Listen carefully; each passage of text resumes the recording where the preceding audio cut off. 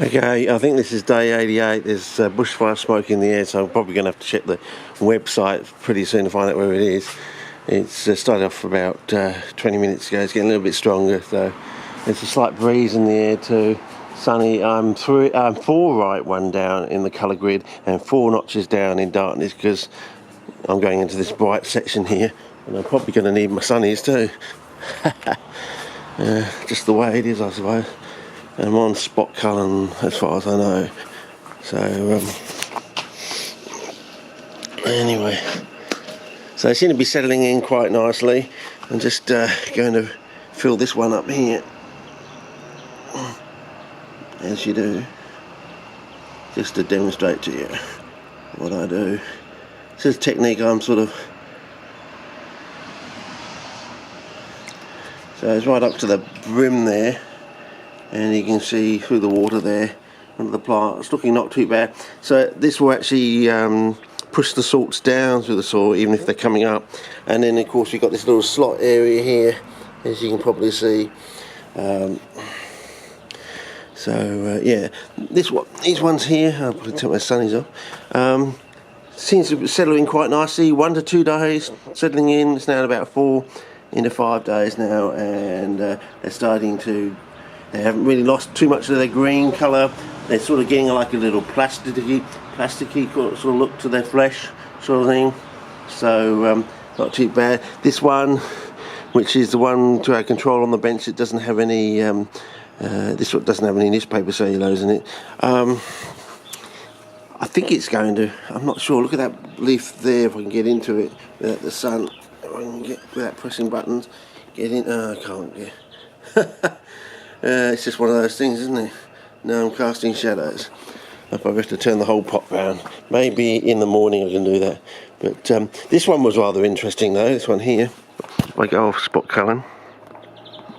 So normally when you flush a pot, the infiltration rate becomes shorter over time. You know, something that starts off at 6 or 4 hours can go down to usually like 2 hours, or maybe down to 1 hour, depending on how complicated you got it.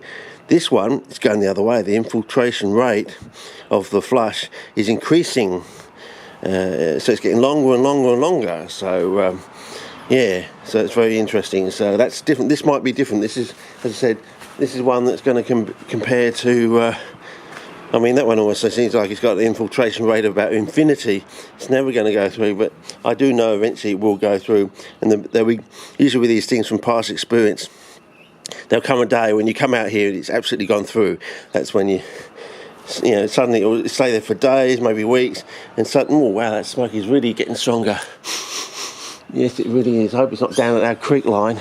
Sorry, did I swing the camera too fast? Maybe when we walk out to the benches later, we might be able to see a column of smoke or something. This one here, oh sorry, I was on tracking there or something. Not tracking, general betrayers. Yeah, haven't used it for so long. I don't know, get my glasses off and I can see the colour. I don't know if it's going to do anything. Get a little bit of reddening, very slow to redden though. I think this is going to be a morning job, this one. Well, these ones are. I'm trying to photograph these ones. I think this one's going to be a negative, fellas. With the sulphur in here. Reckon it's going to be a negative. This one with a bit of bird fluff in it. Might do alright, actually. There's a little bit of reddening starting to happen there. I'm assuming reddening is a good sign, but we'll see how we go. Let's move this. Oh yeah, talking about labels, I'm probably going to have to go out there and show you, talk about labels in a minute, because I noticed something this morning. This one, the calcium that hasn't been properly flushed, because it's a bit like that one over there. They're not doing too badly for what it is, actually.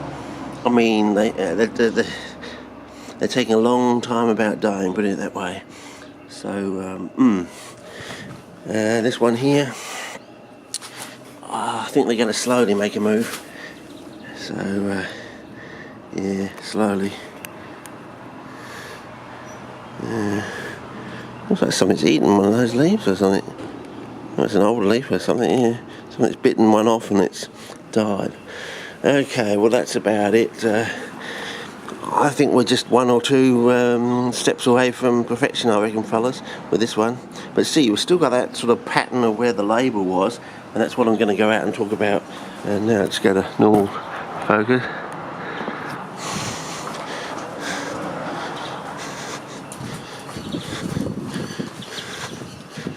Yeah. Remember, we're 4 right, 1 down in the colour grid, because I'm also 4 notches down in darkness. So, yeah, let's just go straight to this label thing if it's there. I flushed this pot yesterday. I did a deep flush on this one, and it had the label still in there. You saw this label in here. Came back this morning. If I go to Spot Cullen, we've actually got the shadow of the label where it's sat. Yeah, it was sitting like this way, I think. And so it's actually caused the shadow overnight, sort of thing. So it's actually, you know, and if we assume that, like with this other shadow here, once you form the shadow, it takes a long time to come back for some strange reason. So you can also form the shadow overnight. So whether that's because it went down there and the water underneath the label with the sunlight on it is creating like steam or something, you know, moisture, vapour. Or the sunlight on the label is causing chemicals to come out of the label and that's killing off the surface. I don't know. More likely to be more simple, isn't it? The simple idea is usually the best. It's probably just got so hot under there and the water's turned to steam, and of course it's like a little autoclave under there, I suppose, killing everything off on the surface. Anyway, this one looks like it's slowly starting to make a move as a general one, as you can probably see in there. So I'll probably take screenshots out of that. Very plasticky looking plants. But then again, if you've seen the Bradda photographs of plants in the wild, they to themselves do look somewhat plasticky. This one hopefully will make a move.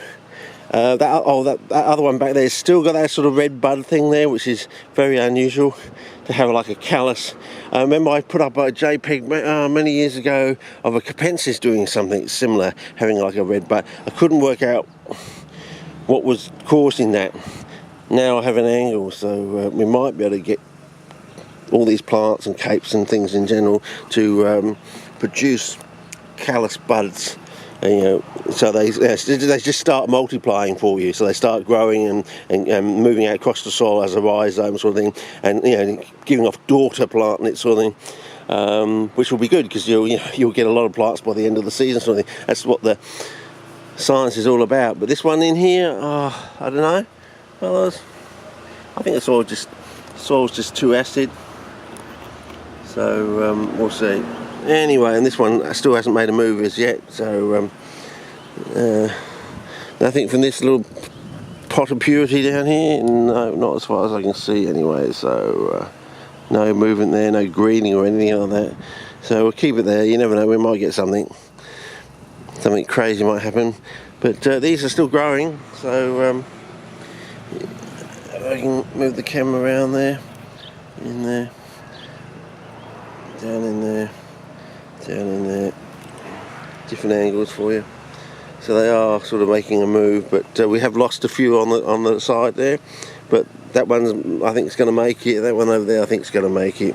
And maybe this one here, it looks like it's putting up a new leaf or something. It's kind of pushing its way through. Anyway, so I think the cape over here is finally, you know, stabilising, but geez, it's taking a long time. And this one's got colouring up on the leaf there, which is very interesting sort of thing. So, but with 2 flower stalks, I don't know. But so far, this is the most interesting. And this sort of Protonina cyanophyta, it really, you can see it at night time. It really, if I can go in there, it really wettens up in the night moisture of at night time sort of thing. So you can see all this sort of stuff here. You can really see it at night time. I may have to come out with a torch and show that to you. But as I said, this is the most eye-opening one today, that you can actually lose your surface carpet very quickly if something goes wrong. Oh yes, with this one here, if I go off Spot Cullen, I'm getting a different idea, fellas. You could actually have your surface just being this idea of having a thin surface horizon. I think you really want a shallow sandy horizon sort of thing, and you actually have your organics underneath, and instead of salts coming up, it's the organics and breakdown products on the your newspaper cellulose, your brown wood and your white wood coming up to the surface through the sand, and basically the roots of the plants are going through this sandy surface, picking up those organic nutrients or thing. But that's my idea. So we might want to check that. Oh, and that was the other thing too. With spot culling, this thing is starting to get a little bit of greening in there from the on the surface there, but there's no actual movement of the plant. So I'm just wondering whether these bark chips, if we take this idea with a sandy cap, you might want to put sand,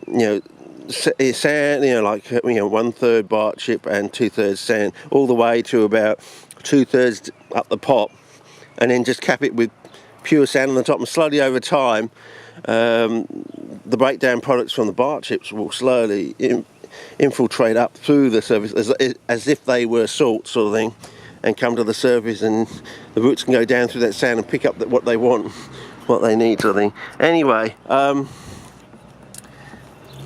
yeah, slowly making a move. Something, the ones in here are starting to get red petioles. I don't know if you can see that. Can you see that? And one there, sort of. So by the time we get to like the 3rd week of February and we have really intense sunlight, we may actually have true red petioles. I don't know whether this is somewhat of a side clone or something. Some of these are weird clones. It's just the way they put them through the tissue culture and where they grow them in their greenhouses. You don't get to see that unless you can actually grow them on, like we've learnt to take these shop borts, put them in and stabilise them in a few days and actually get them growing again, which is almost an anathema to what you used to be able to do with shop borts. You pot them up and they sort of get very small, die, cark it, and you don't need those sort of thing. But we've managed to get a regimen now, a regime, to actually stop that from happening, and we can actually check them in a couple of days to actually get them growing again, settle them down, settle them in, get them growing, and actually push them on so they actually start growing properly again. So it's taking a lot of work though, but surfacted sand seems to be part of the solution. You definitely want a surfacted sand, I would say. I mean, you can almost get away with almost pure surfacted sand, I would say. But as I said, we're learning. Probably it's best to put I don't know. I'm just getting this idea if it could be like a combo. Capping on the top of one type of wood and with your sand, and then different type of wood underneath. So whether you want your brown wood, because we think brown wood is a bit like a meat in a way, it might rot when it's down there. You really want to put the white wood down there that's low in nitrogen sort of thing. But then again, that could all change, because down there in the anaerobic condition, it may actually fix nitrogen from the atmosphere. Having little nitrogen in it, as it gets attacked by the brown rot fungi, because it's a white wood, penicillium and things like that, associated fungi and bacteria and other things. In that process, it might actually fix nitrogen into the white wood, as opposed to the brown wood decomposing, being broken down by the white rot fungi, releasing the nitrogen sort of thing. So it may be a case you might want to sort of like a 50-50 sort of ratio, where you lose and gain. So you're feeding off the nitrogen that's breaking down from the brown wood, but slowly maintaining that nitrogen is slowly being dissipated from the brown wood by having the white wood fixing nitrogen from the atmosphere. So you keep a steady nitrogen input or drain on the system. The plants are actually draining off the nitrogen as they grow, sort of thing. But as they drain it off, more nitrogen is like coming in from the atmosphere, sort of thing, via the breakdown of the white wood. I suppose you could think it like that. So, but as I said, we've got this sort of idea. The ratio for the nuggets sort of thing of the newspaper, so it is about 1/3 to 2/3 brown wood, I would say. Gauging by eye, and many years, 40 plus years of experience by eye, I would say that. Anyway, with this one here, we got spot culling on here. No, let's go to spot culling. This one is starting to make a move here. I don't know if I can bring this round into the sun. It's got a wedge on there, but this I'll film it in another day. But it's starting to take off, and this is with the bark chips here. So as I said, you might want to think about just mixing your bark chips down the 2/3 nether regions of the pot, capping it with a layer of sand at the top, and slowly as these break down the brown wood, releasing their nitrogen and other components, that will come up to the surface like as if it were a salt sort of thing. And every now and again, you flush it down, it comes back up, and you do the idea of the double flush sort of thing. You wet it; it's always permanently wet underneath there, tending to come up, and you're flushing it down, up and down, up and down. So we go in there and you see that one there. That's sort of. But I don't know, by the time we get to the 3rd week of February, it's going to be very hard to water this one, I reckon. I'm probably going to have to be coming out here a couple of times a day just to wetten it down, if that's the phrase. So, interesting. Okay. I was starting to get a little bit of green on there until the bird stripe. I can't tell now until I get a much more vivid sense of greening, if at all. But the birds may still be picking things out, I don't know. This is still pretty amazing for basically sand with the capping of newspaper sailors on the top, almost matching what you're getting from the peat here. So really at the moment there's really no difference. Whether you, as I said, we're going to learn from this other one as I walk back. We're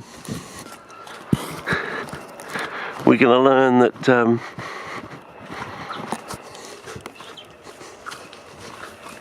you need a combination of the white wood and the brown wood, and just by eye from this one,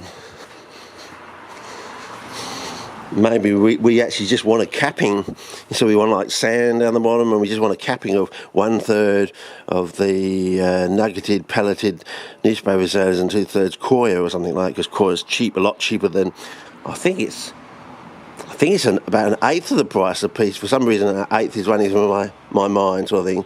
I mean, one brick can basically almost make, it makes up 2/3 of a bucket, because that's what we did. We basically had, 2 litres of the pelletized newspaper sailors and 1 brick of coir, and that made up this 10-litre bucket almost to the, well, it's slightly shy of 10 litres. I say that's like 950 mils. Is that right? No, 9,500 mils. Yes, it's 9,500 mils, I would say, by eye anyway, because it's usually about 10 litres to the brim sort of thing on one of these 10-litre 2-gallon buckets sort of thing. You've seen the scale on the side of the bucket, so anyway. But I'm still think I've either got one more direction, one way with this. I'm going to try and add some copper to this, I reckon. I'm going to make it up again and add some copper, I reckon, and we'll see how we go.